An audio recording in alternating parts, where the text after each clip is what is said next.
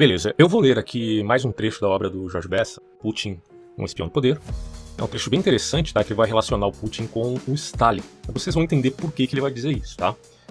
E também vão entender o porquê que alguns soldados russos estão usando a bandeira da União Soviética, a mesma União Soviética que provocou o Holodomor lá na Ucrânia, né? Aquilo que gerou aí a morte pela fome. Milhares e milhares de pessoas morreram, como eu já mencionei em outros vídeos e áudios, tanto em podcast quanto no YouTube. Mas preste atenção nesse trecho da obra desse autor, que é muito interessante. Vamos lá. Ele vai falar então no título aqui, o novo nacionalismo russo. Na segunda metade do século XIX, um autocrata conservador, o czar Alexander III, definiu que seu governo seria baseado em 3 pilares. Olha só, a autocracia, o cristianismo ortodoxo e o nacionalismo. Alguma coisa semelhante ao Putin? Pois é. Hoje, mais de um século depois, outro czar, sem sangue real, mas com poder efetivo, fundamenta-se nos mesmos princípios para dirigir a Rússia e ele se chama Vladimir Putin. De acordo com um artigo do jornal Financial Times, em edição de 2 de janeiro de 2017, muito antes de Donald Trump jurar naquelas célebres palavras, né? Make America Great Again. A China, a Rússia e a Turquia já haviam estabelecido a moda de retorno ao que se chama de um nacionalismo, nesse caso, um nacionalismo nostálgico. Veja bem que no caso do nacionalismo, ele está em ampla vinculação com o expansionismo. Não que o Trump quisesse fazer expansionismo, né, em relação aos Estados Unidos. Mas por parte de países autocráticos, isso está muito vinculado, assim como era no século XX, com a Alemanha nazista e com a União Soviética. Aí o autor diz, a versão chinesa da famosa promessa de Trump foi o voto do presidente Xi Jinping de levar a um grande reflorescimento do povo chinês. E em 2012, o Vladimir Putin foi reeleito presidente. Eu até fiz um vídeo, né, na época sobre esse assunto. Na verdade, o vídeo é bem posterior, tá? Mas depois eu posso deixar o link aí. É bem posterior a 2012. Bom, o Putin foi reeleito presidente para reassumir o Kremlin, estabelecendo uma política nacional que poderia ser resumida como Make Russia Great Again, parodiando a promessa de Trump. Claro, Trump vem depois, né? Enquanto isso, na Turquia, o presidente Erdogan busca a inspiração nacional nas glórias do Império Otomano. Segundo o cientista político, ou melhor, a cientista política, uma mulher chamada Nina Bashkirtov, especialista em Rússia, o fim da União Soviética deixou uma herança ambígua aos russos. Se por um lado se aproveitaram para consagrar a totalidade de seus recursos e energias ao próprio desenvolvimento, em vez de assumir as necessidades de todo o Império Soviético, como no passado, por outro lado tiveram dificuldades em aceitar o declínio da Rússia como potência que viu suas fronteiras serem reduzidas ao menor nível desde o século XVIII. Isso toca o orgulho dos russos.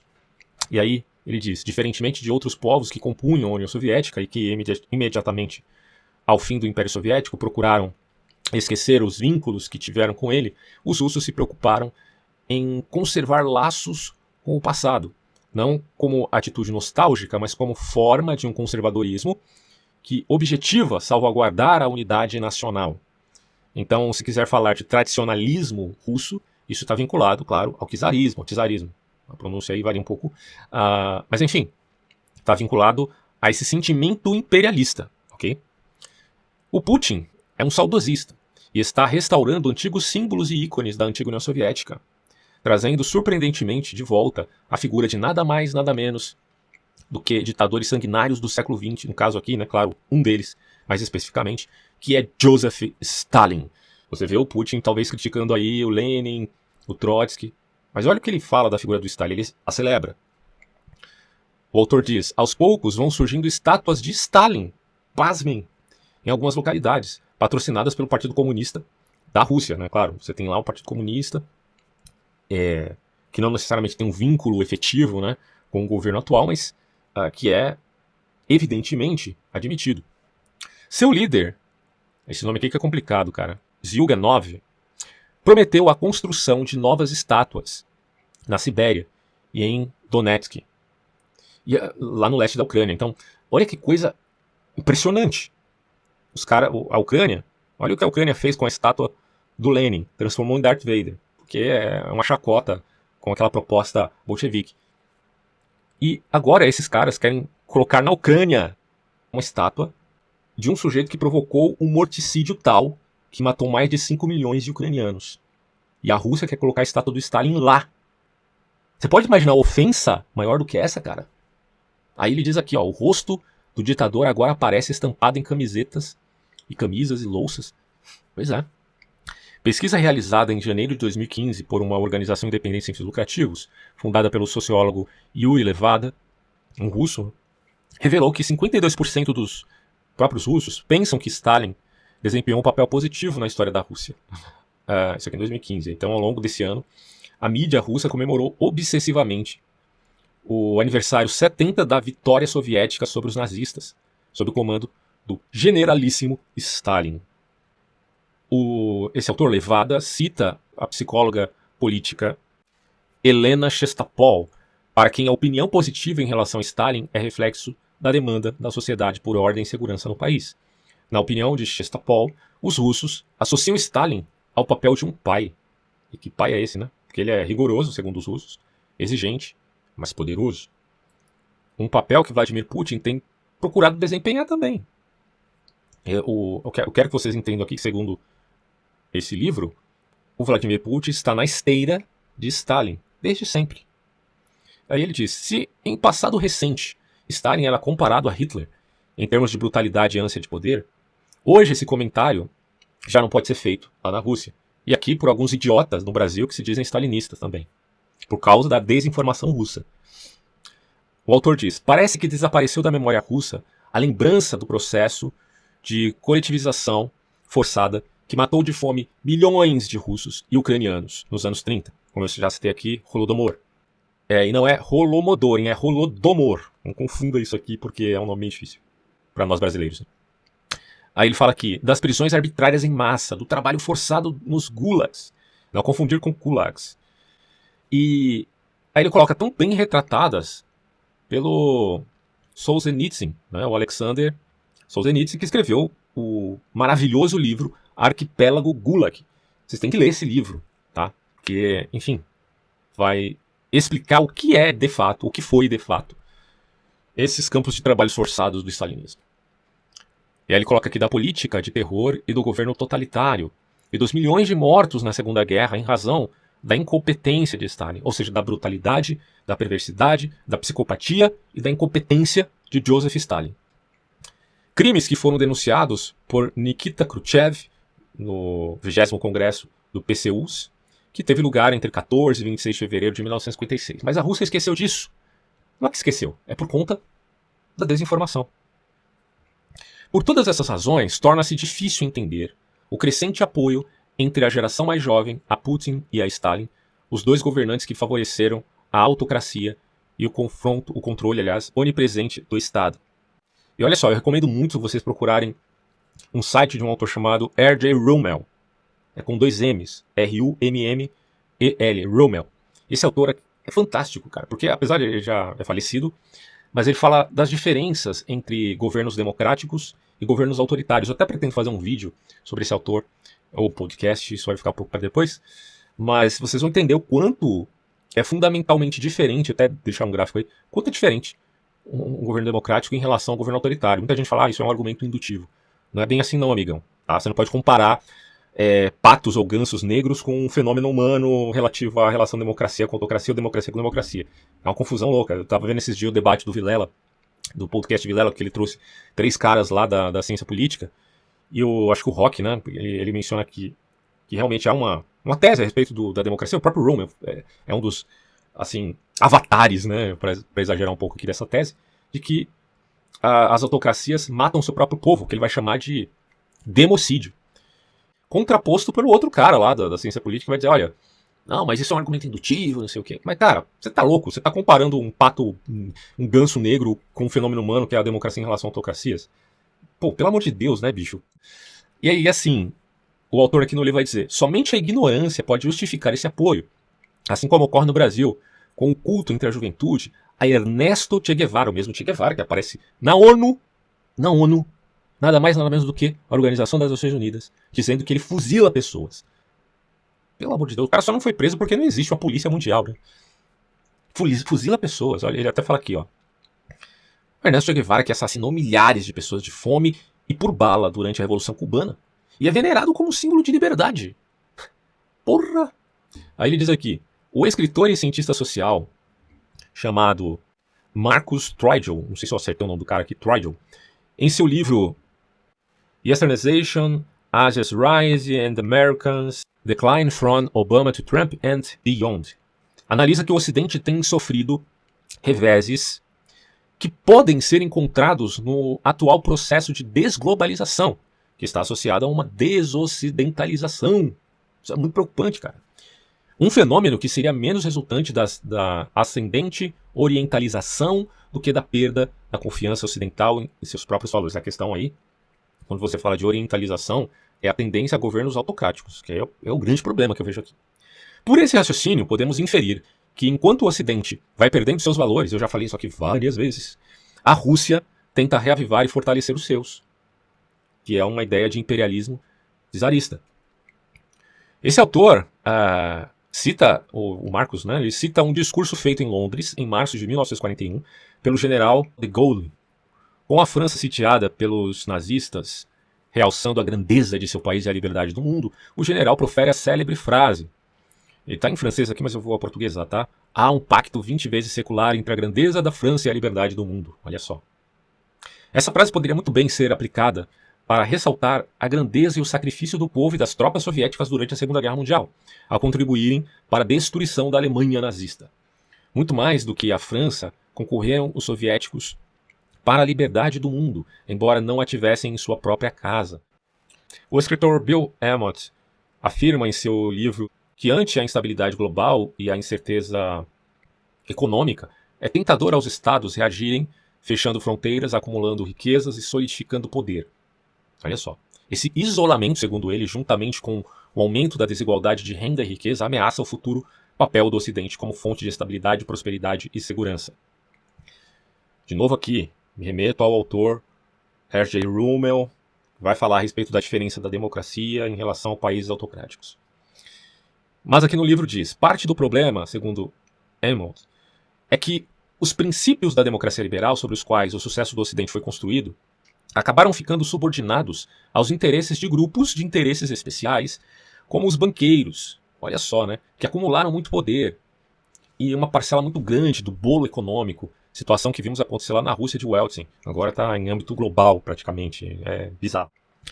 Os sucessivos presidentes buscaram manter o sentimento dos russos, de pertencerem à base comum do Estado multinacional e federal e uma mesma cultura, língua e religião. Aí o Emmott cita uma visão do Morozov, que foi o vice-presidente da Duma. Ele declarou em 2006 o seguinte, olha só.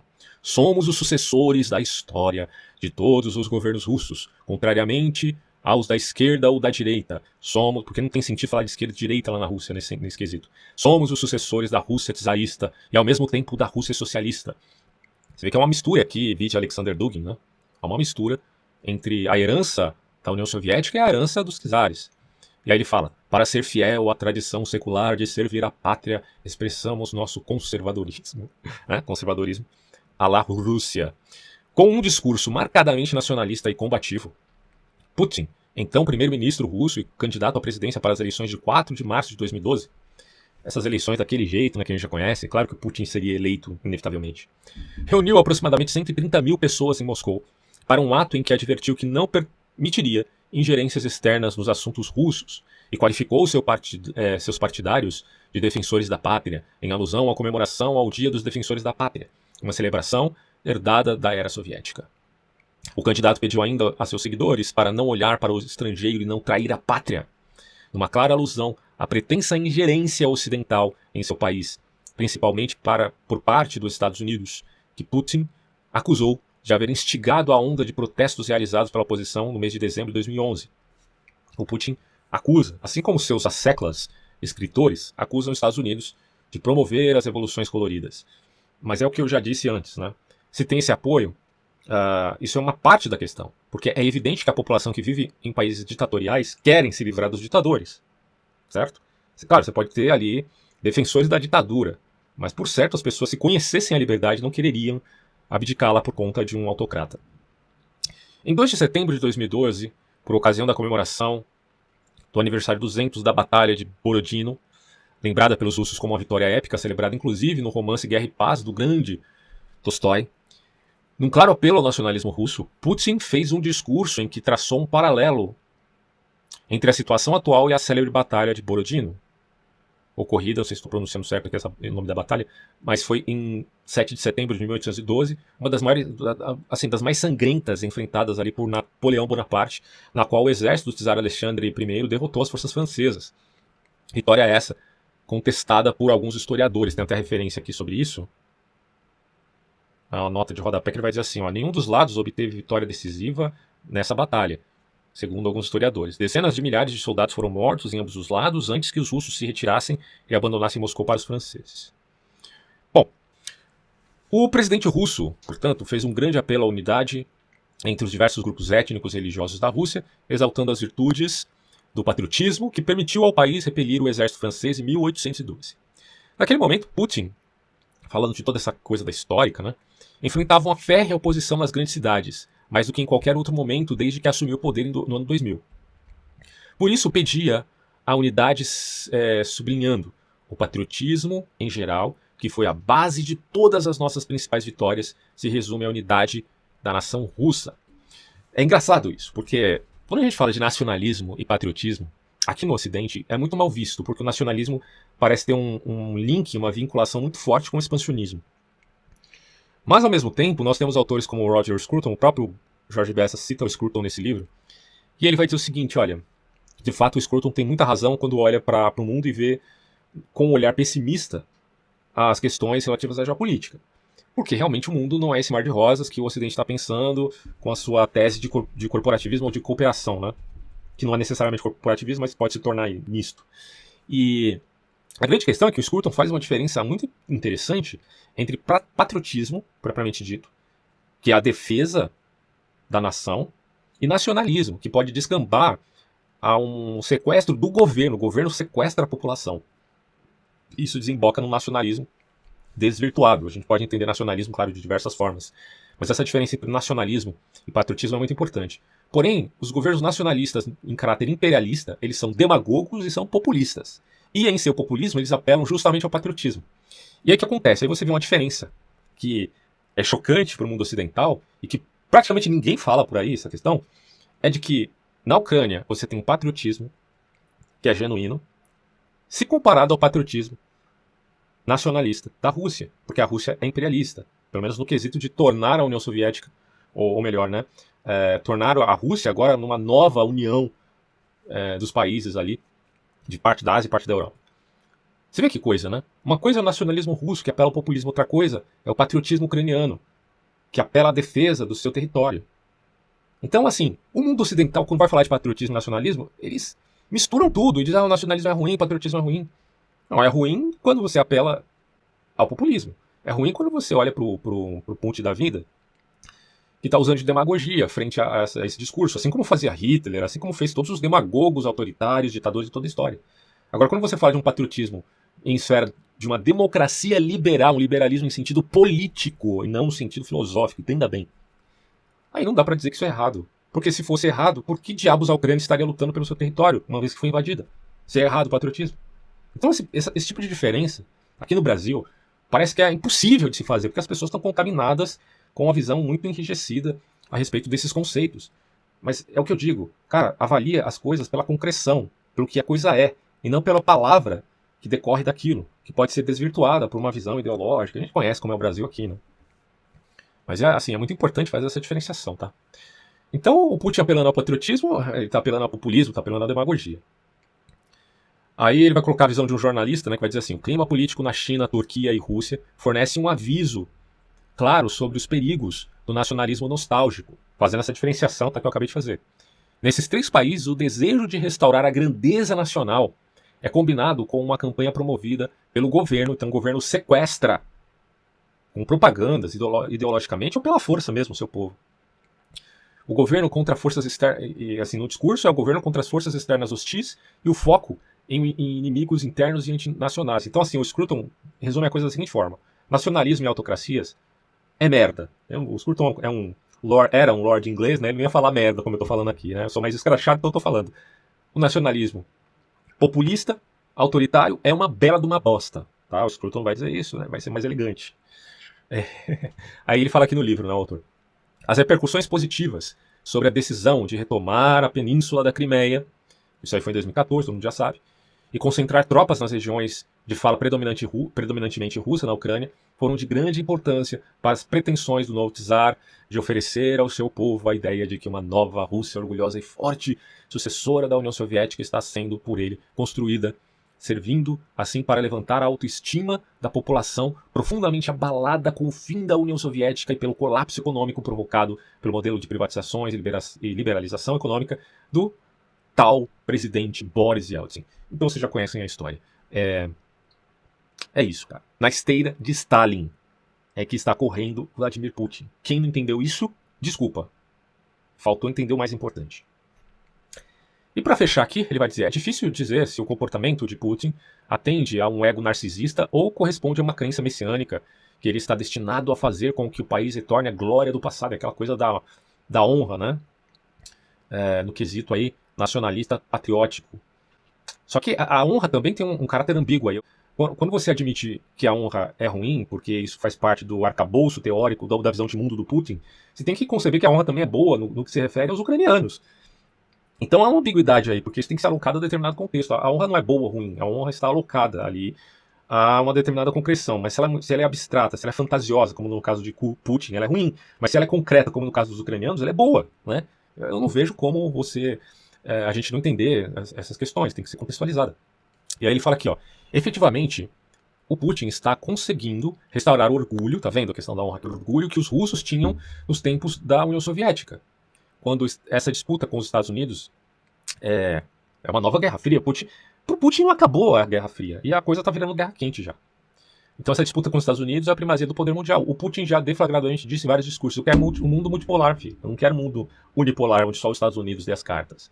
Aí ele fala, a Rússia de hoje, apesar de suas dificuldades, novamente disputa o poder global.